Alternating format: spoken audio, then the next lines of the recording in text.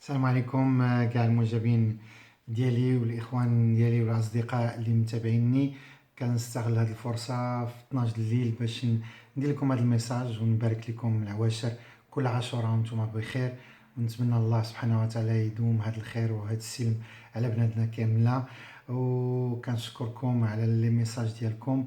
بالنسبه للجديد طبعا ان شاء الله غادي يكون جديد، واول مفاجاه غتكون في هذا اواخر اكتوبر اللي هي الفيلم ديال هشام جباري دموع ابليس ان شاء الله، واللي غادي يبدا ابتداء من 26 اكتوبر وغادي يتبعوا ان شاء الله خلال السنه الخروج ديال الفيلم ديالي نوح لا يعرف العوم، واللي نتجته خلال 2016.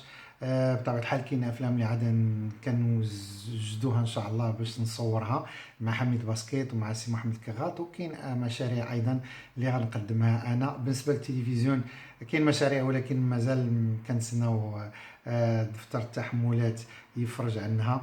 الله يفرج علينا وعليكم، ونتمنى لكم كل السعاده، وشكرا على الحب ديالكم.